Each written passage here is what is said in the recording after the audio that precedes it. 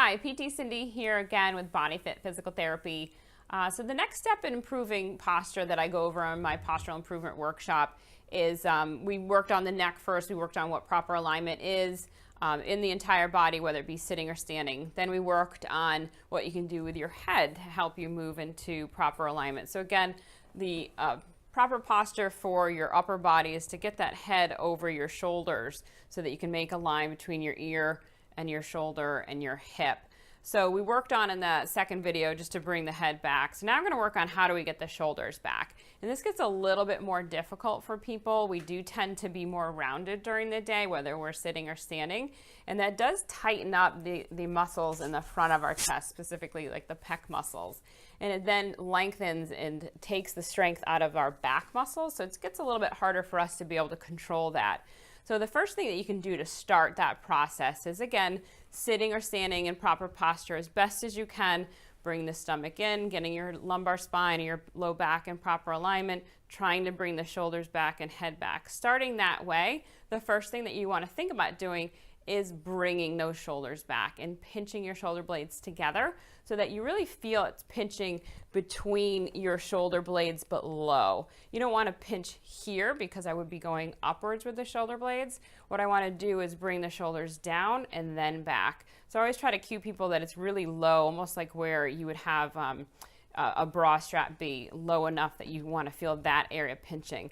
So doing these shoulder retractions is really important because, one, it starts the process of bringing your shoulders down and back and strengthening those muscles, and then allowing some time away from being hunched over so that there's a better chance that some of this pec tightness will be improved upon. So it's, again, shoulder retractions, just down and back, and you would hold for a few seconds and then release. This is a great one to do in the car. I always tell people if they get at a stoplight, they can just get into proper posture and do 10 or so shoulder retractions. The next exercise is similar in that you're going to retract your shoulders, but I want you to work on rolling them back. So again, we're getting that good mobility of the shoulder area, the thoracic area. You're starting to move things. Instead of, again, being fixated here throughout the day, we're moving our shoulders back. And these are great to do every hour or so. And you can do them backwards, and then you can do them forwards 10 or so. And really trying to go through the full range of motion in each direction 10 or so. And you can follow these exercises after you do your retractions. To take it a step further, what I try to help people with is if they are at work where they're sitting at a desk, that they may use a doorway or a side of a wall to stretch their pecs, because we talked about before that the pecs can get very tight, this chest area. So as you're rolled forward, how are you going to release that if it's already been tight for quite some time? So you do need to pay attention to working on that separately, trying to work on it again in door frame. So I'm going to use the uprights here and stand up, and you're going to see that I'm going to use the door frame or the uprights as a door frame. So you can do this in a door,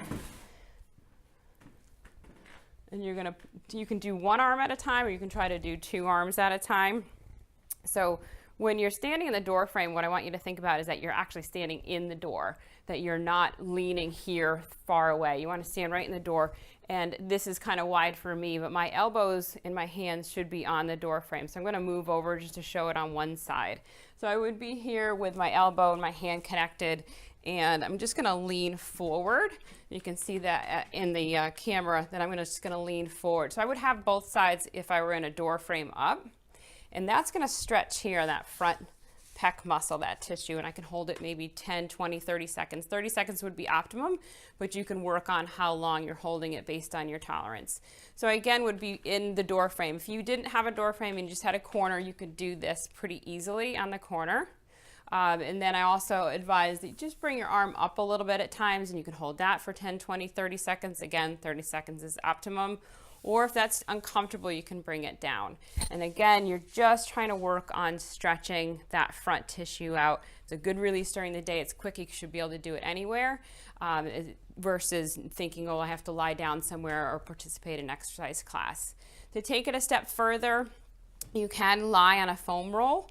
And what that would look like is you would be able to have, you would need equipment in this case, and you would need to have a little bit of privacy. So if you have the opportunity to get a foam roll, this is what I call a half foam roll. And they're pretty much, if you look on any website, they'll sell them in either half sizes or full sizes. This is a half size. So initially, when you're trying to stretch this tissue out and you do have the time to lie down and the privacy to lie down, you should start with the half foam roll because it does allow a little less height, so it won't be as much of a stretch at first. It'll let you kind of phase into it slowly. So I'm going to put this down on the ground and I'm going to sit on it so that my bottom is on it as well as the back of my head. That's really super important that you get your entire spine on it versus having your head hang off, because we do want to keep that alignment while you're on the foam roll. So I'm going to scoot down, lie down so that it's directly underneath my spine, and my head should be on it as well. I'm going to flatten my lumbar spine out a little bit just to kind of keep that from popping.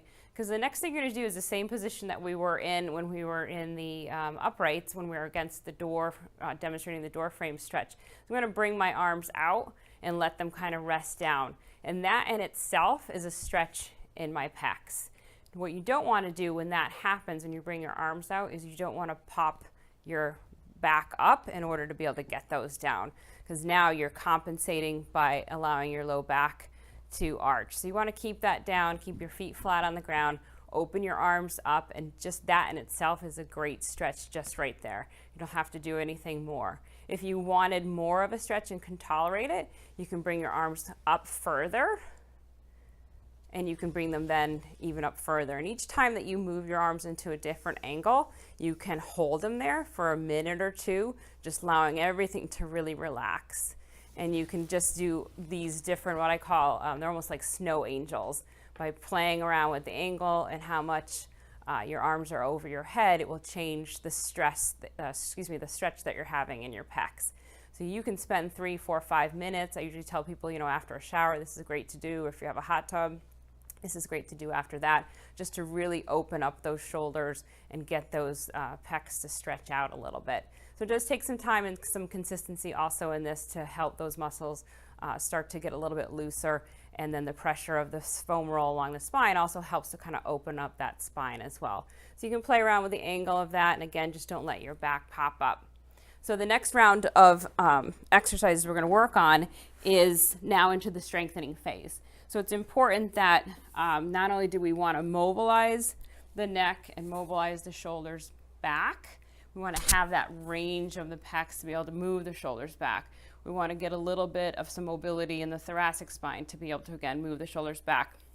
But what will really matter is whether you have the endurance to do that through the day. So that's where the strengthening exercises come from, and that'll be the next video that we're going to go over.